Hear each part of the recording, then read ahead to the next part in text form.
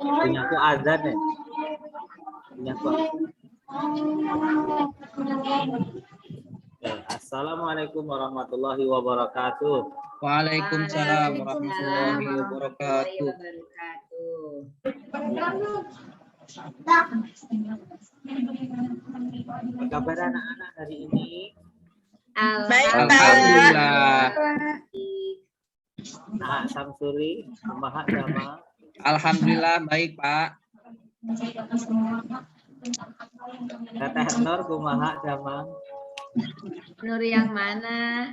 Nur yang mana? Teteh kan bilangnya Bu. Ibu berarti. Orang Bandung. Ya, insya Allah pada kesempatan kali ini kita akan belajar Quran hadis. Ketemu saya di Sohibul di kelas 7. Coba siapa yang dulu pernah waktu SD sekolahnya di MI siapa? Ya apa Pak? Bonur. Siapa? Yang SD-nya dari MI siapa? Saya, Pak. Dari Oh, MI. ya. Saya dari SD, Iya, Pak. SD. Berarti belum mengenal pelajaran Al-Quran hadis ya. Baru pertama ini. Kedua ini. Ya, baru yang kedua. Ya. Selamat kalian sudah diterima di RTS dari Salah. Sudah, Pak. Ya, kita bertemu kembali di sini. Oke, insya Allah pada kesempatan kali ini kita akan belajar Al-Quran hadis pedoman hidupku. Ini yang akan kita pelajari insya Allah di bab 1 ini. Kemudian, nah ini yang harus kalian capai ini nanti. Nanti Bapak terangkan berkaitan dengan hal ini. Oke. Ini nanti aktivitas kita ya. Oke. Selanjutnya, coba masih ingat nggak kemarin kita belajar Al-Quran, fungsi dari Al-Quran sama Masih, pengertian Pak. Al-Quran ya, alhamdulillah. Masih. Sekarang kita akan masuk ke pembelajaran berikutnya, yaitu berkaitan dengan apa ini? Yang dari MI mana? Yang dari MI yuk, Mas Damin, ya. Silakan dibaca, ini apa namanya? Al-Hadis. Al-Hadis ya. Kita akan belajar tentang hadis. Coba ada di antara kita yang tahu siapa ini nama orang-orang ini? Ada yang tahu?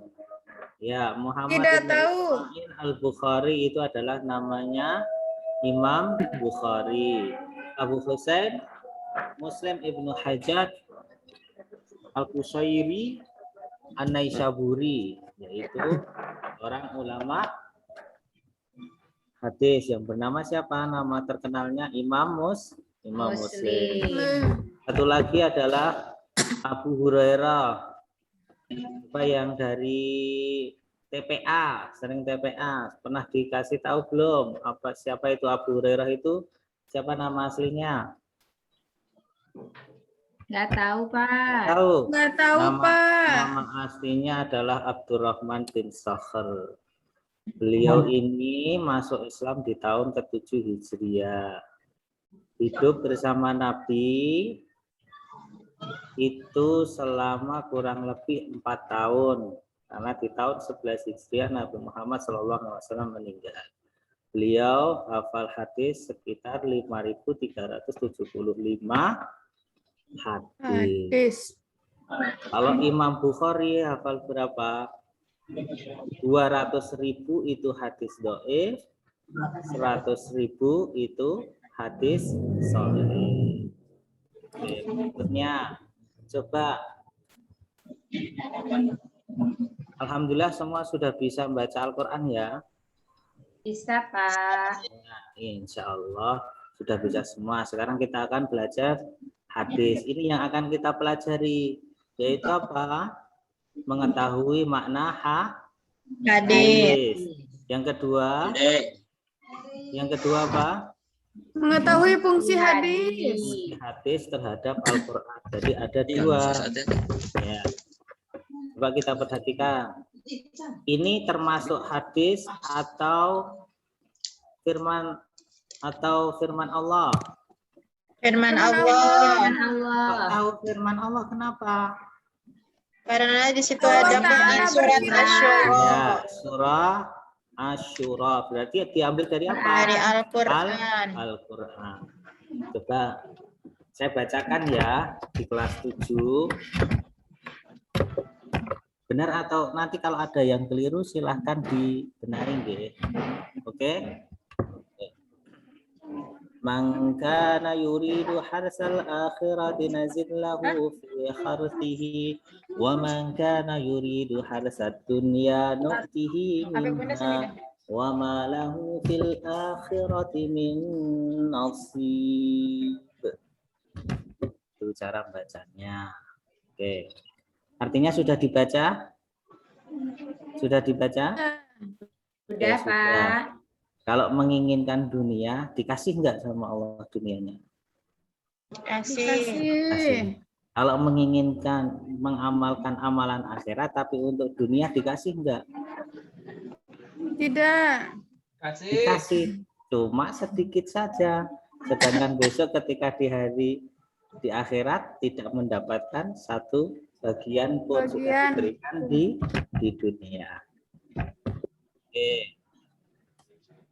Yang dari MI mungkin sudah tahu berkaitan dengan hadis innamal a'malu binniyat. Sekarang coba yang dari SD, ini namanya firman Allah atau bukan? Ini Al-Qur'an atau Hadis. kenapa? Hadis. Kenapa? Hadis. Karena itu Nabi Hadis. SAW Karena itu bersabda. ada periwayatnya. Ya, ada yang meriwayatkan namanya Abu Dawud, Ibnu Majah, Abu Hurairah. Nah, cara membacanya sama enggak seperti di Al-Qur'an? Lain. Tidak. Beda.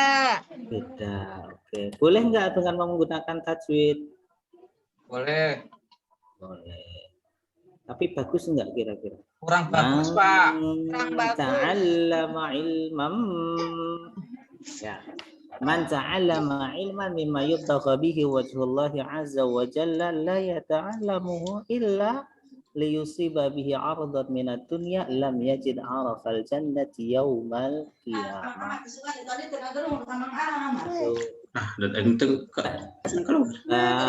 Mbak Ulfa, dibaca itu artinya apa itu? Siapa?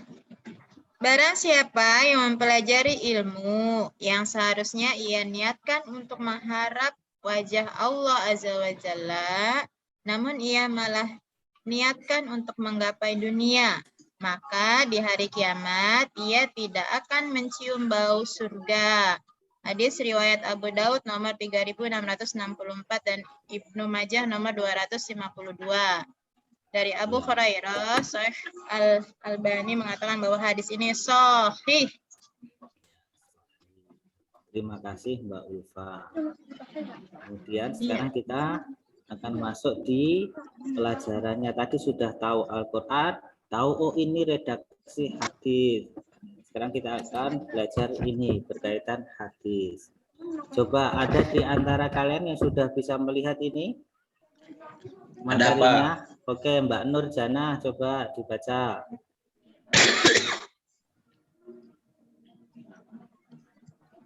Pengertian hadis. Pengertian hadis. Secara bahasa, hadis artinya baru, tidak lama, Baru di atas saja. ucapan pembicaraan, cerita. Menurut para ulama, hadis merupakan sinonim dari sunnah.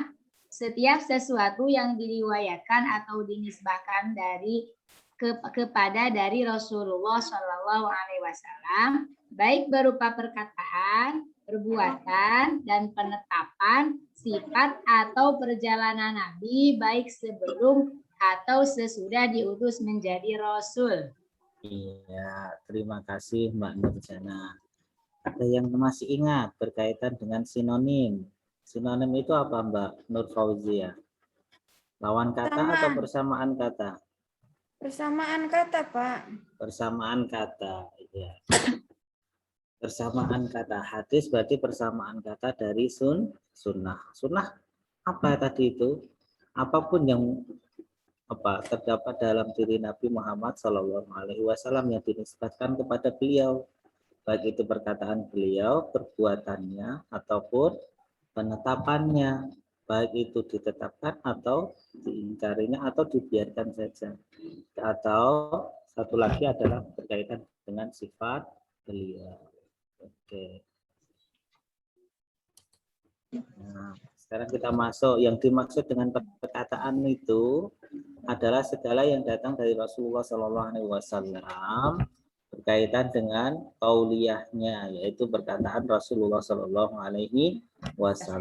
Contoh, khairukum man ta'allamal Qur'ana wa 'allamahu. Siapa yang masih ingat itu? Siapa yang sebaik-baik orang? Adalah orang yang membaca Al-Quran dan mengajarkannya. Ya, belajar Al-Quran dan mengajarkannya. Alhamdulillah kalian sudah mau sekolah di madrasah sanawiyah, sehingga insya Allah tidak jauh-jauh dari yang namanya Al-Quran. Allah, semoga kita semua dimasukkan dalam golongan orang-orang yang baik. Selanjutnya, yang dimaksud dengan perbuatan itu maksudnya adalah segala sesuatu yang datang dari Rasulullah SAW berkaitan dengan perbuatan beliau, yaitu berkaitan dengan apa? Penjelasan beliau berkaitan dengan satu hukum yang ada di dalam Al-Quran. Siapa yang tahu? Fasholli li rabbika wanhar.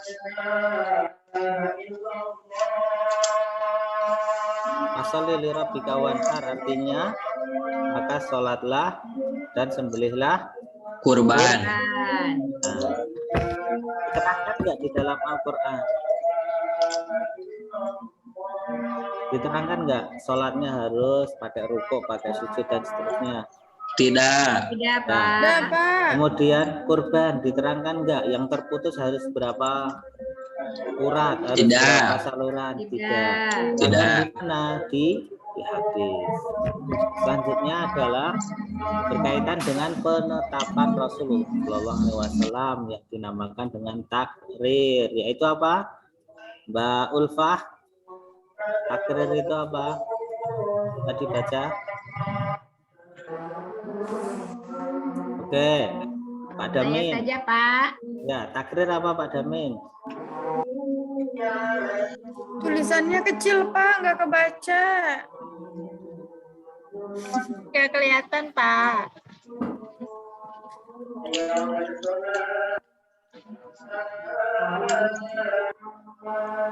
Ini takrir. Saya baca ya, Pak.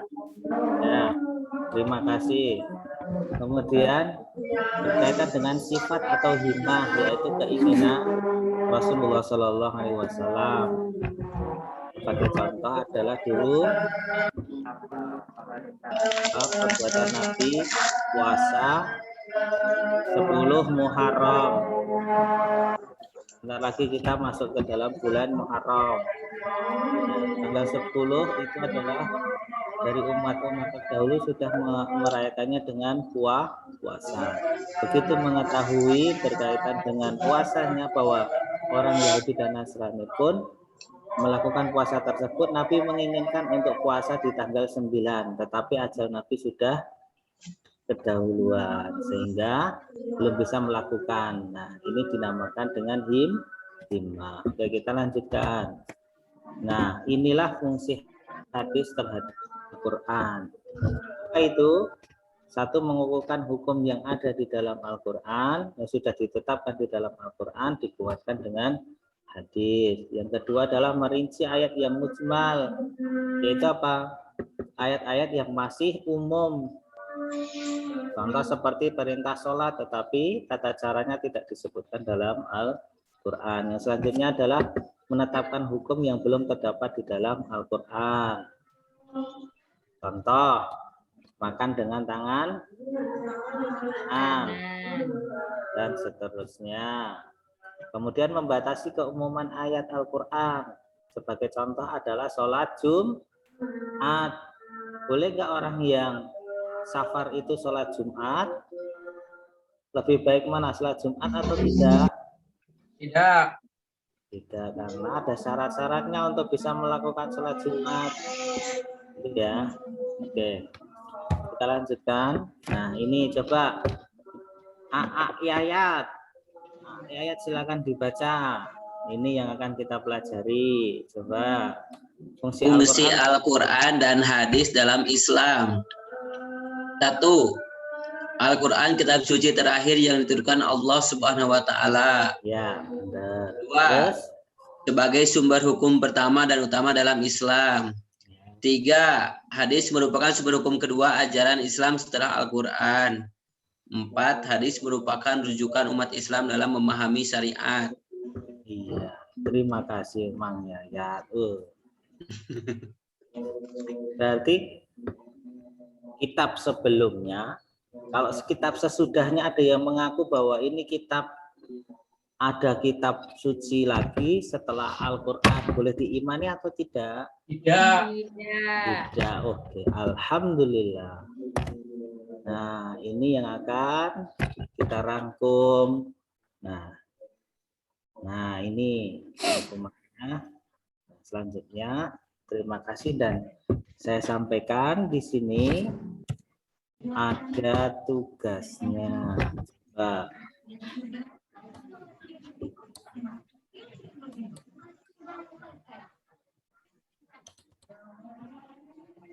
Kelihatan enggak?